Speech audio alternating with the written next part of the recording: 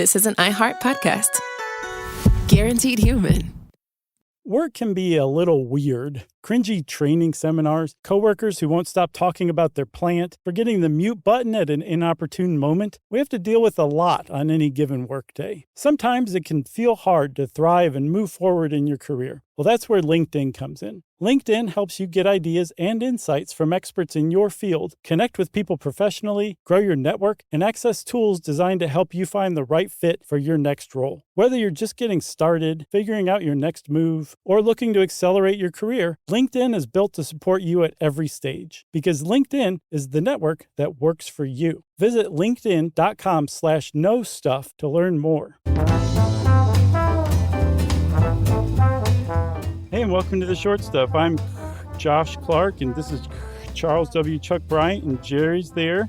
She doesn't have a sound associated with her because she's already listening to sound, and this is Short Stuff.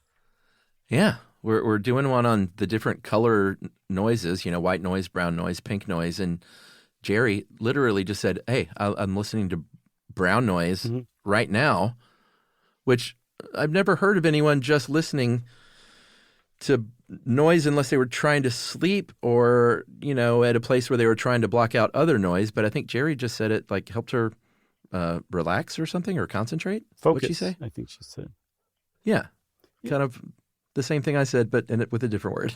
I used to try it too during work. It is supposed to help you focus and at the very least drown out other noises. But it just didn't take with me, at least at first, at least for working. I get it. You do like ambient music now, don't you? Yes. Yeah. But I get it for sleep, for sure, which is what most people use it for. Jerry's an odd duck. Yeah, and I have been on record before. I'm a brown nose adherent. Brown noise. Didn't know, apparently. Did I almost say brown nose? Yeah, I think you did say brown nose. It can also be called red nose or red noise, which I didn't know. But brown noise, as I've demonstrated on the show, if this is white noise, this is brown noise. And this is pink noise. Wah, wah, wah, wah. Brown noise is deeper, has lower frequencies, it's got more bass, minimalizes that higher frequency. And I didn't really know this, but apparently you can liken some of these to sounds in nature. And apparently brown noise is more akin to like a river rapid or a heavy rainfall or thunder. Yes. Distant thunder. Rumbling thunder even. Yeah. Yeah. So obviously that's very alluring. Everybody likes those sounds. So brown noise makes sense. And because there's also white noise and pink noise, you think brown noise is just named after the color brown. Like for some reason, maybe it evoked the color brown in the person who named it. Wrong. There was a scientist named Robert Brown from Scotland who in the very early 1800s was looking at pollen grains through his microscope and saw them basically dancing around. And he said, this is not possible because pollen is not alive. And he had no idea what this was, but he published his paper so that future generations could solve it. And apparently no less than Albert Einstein took it on and found this was an excellent demonstration of atomic particles interacting and basically moving ultimately these pollen grains along. And the reason that it's named after Robert Brown, brown noise, is because he tried to figure out how to quantify these random movements, right? Yeah, and this is a part, I don't know, this is way above my scientific pay grade, so I'm not sure how you go about this, but he devised this mathematical formula to predict the movements of the pollen and used that to generate an electronic sound, and that was brown noise. Yeah, well, other people who came used his formula to generate sound. I don't understand it either. But yeah, so the sound of brown noise is literally the formula for the sound of pollen moving, which is just kooky to think about. It is, but it's pretty cool too. I just think it's good fact of the show, I think. Yeah, I mean it's all math, so technically you could use math to translate into other kinds of math, I'm guessing, but just the idea of figuring out how random movements can turn into sound is just, I love that stuff. Yeah, me too. Let's talk about this offline, Chuck, while we take a break. All right.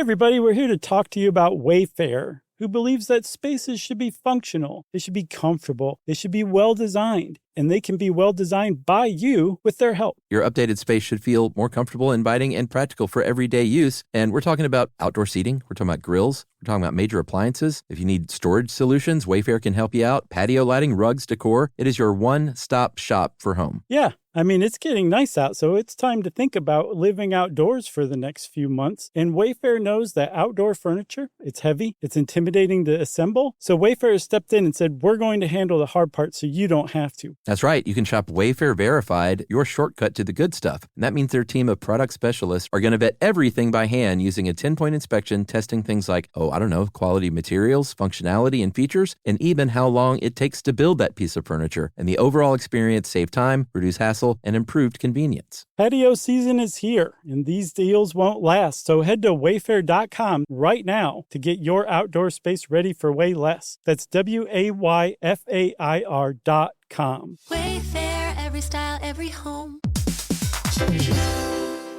Dell PCs with Intel Inside are built for the moments that matter, for the moments you plan and the ones you don't. Built for the busy days that turn into all-night study sessions, the moment you're working from a cafe and realize every outlet's taken. Yeah, the times you're deep in your flow and the absolute last thing you need is an auto update throwing off your momentum. That's why Dell builds tech that adapts to the way you actually work. Built with a long-lasting battery so you're not scrambling for the closest outlet, and built-in intelligence that makes updates around your schedule, not in the middle of it. That's right. They don't build tech just for tech's sake. They build it for you. Find technology built for the way you work at Dell.com/Dell PCs. Built for you.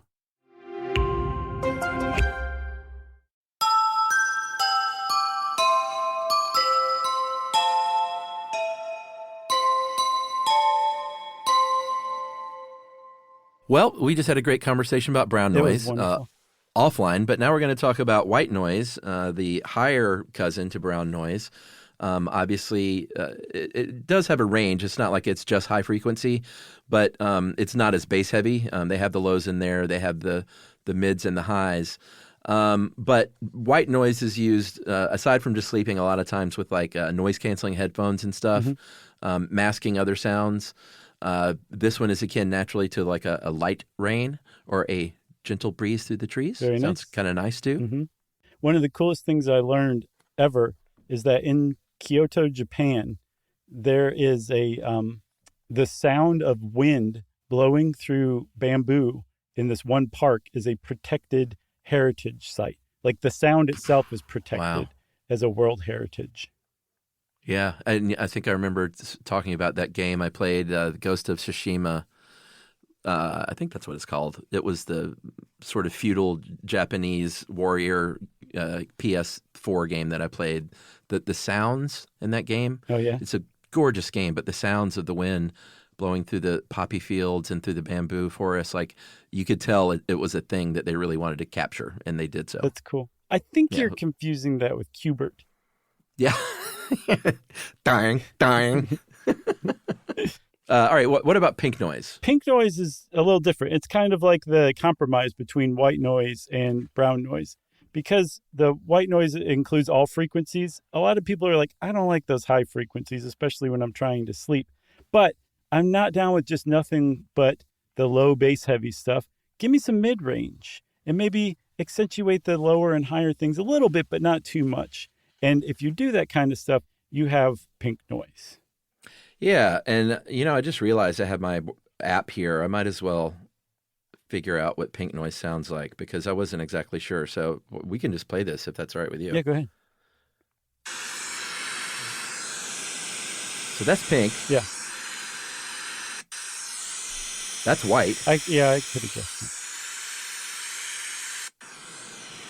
Well, I mean, that does sound like ocean waves. That's brown. Okay.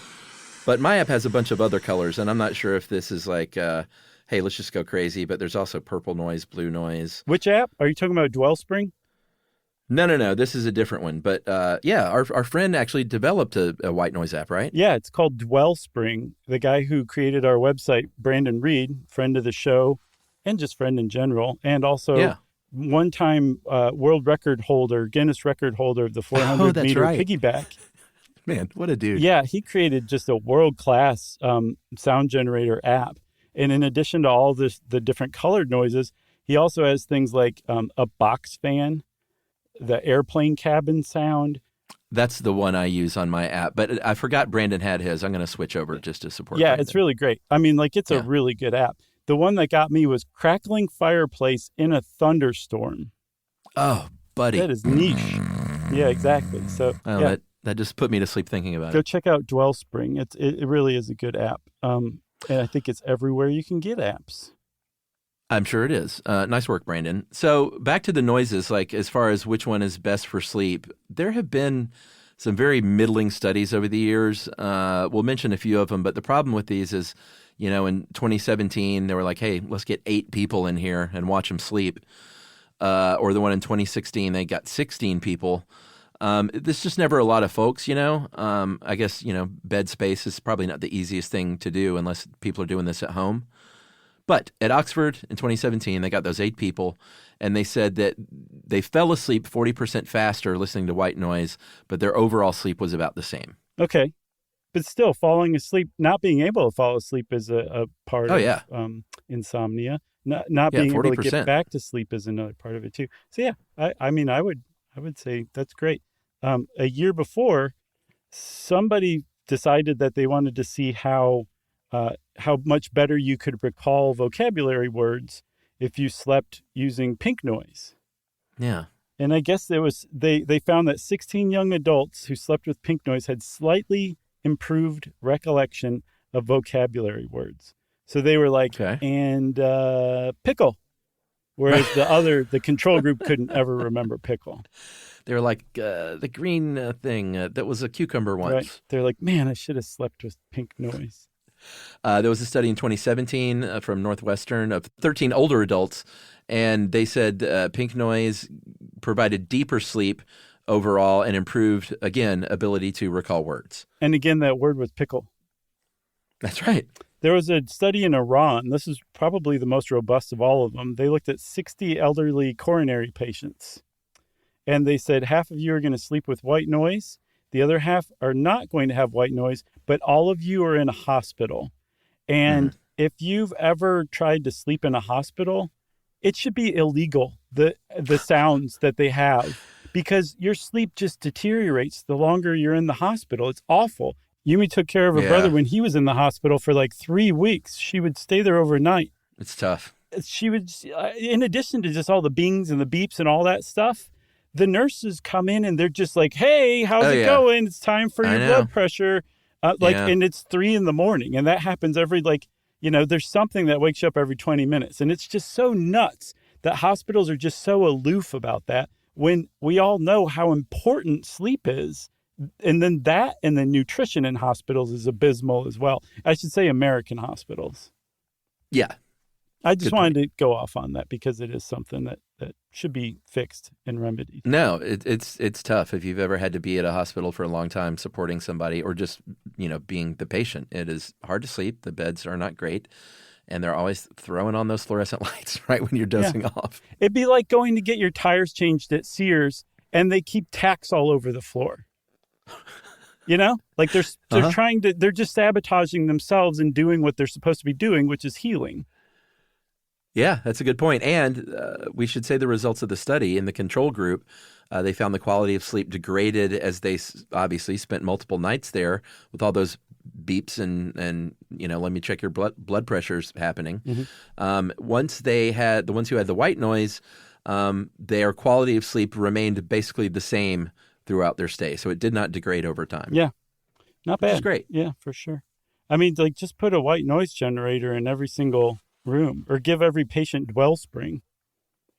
Yeah, exactly. Or, there's that app. There's other apps. There are standalone sound machines that you can get. That's just a little thing that you put beside your bed. Mm-hmm. Or maybe Jerry has beside her desk at work so she can sleep on the job. And then as far as how to use it, that's up to you. Depending on what noise does best for you, try different ones out. The volume, try some different ones out.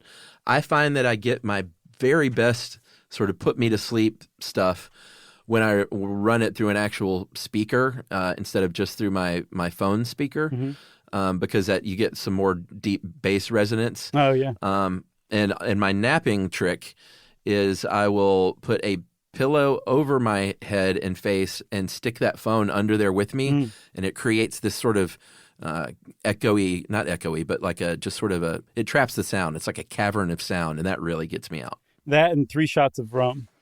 Yeah, yeah, the afternoon rum. You got anything else, man? I got nothing else. I think that was very nice of you. You gave some great advice to people who have trouble sleeping, which my heart goes out to people like that for sure. Yeah. Yeah, I guess that means Short Stuff is out. Stuff You Should Know is a production of iHeartRadio. For more podcasts from iHeartRadio, visit the iHeartRadio app, Apple Podcasts, or wherever you listen to your favorite shows.